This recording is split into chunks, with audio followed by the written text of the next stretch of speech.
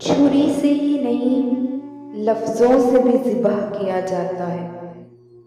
गोली ही सिर्फ हलाक नहीं करती, रवैये भी मार देते हैं। गोली और छुरी दुनिया से ताल्लुक़ ख़त्म करा देती है, लेकिन लफ्ज़ों की काट और रवैयों की मार हलक़ा फंदा बनकर न जीने देती है न मरने।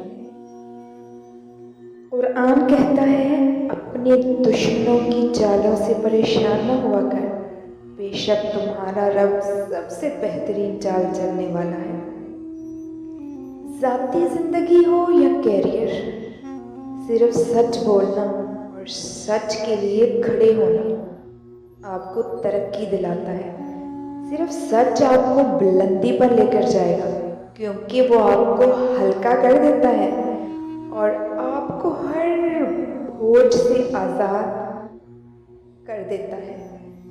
आप इतने हल्के हो जाते हैं कि आप फिज़ा में परवाज़ कर सकते हैं।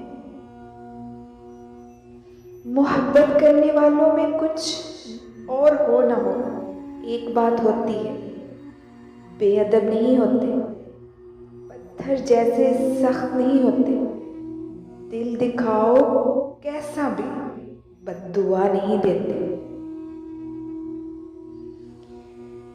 बीवी की आंख में कभी आंसू ना आने दें, क्योंकि बीवी रोती है तो शौहर की जेब से बरकत उड़ जाती है।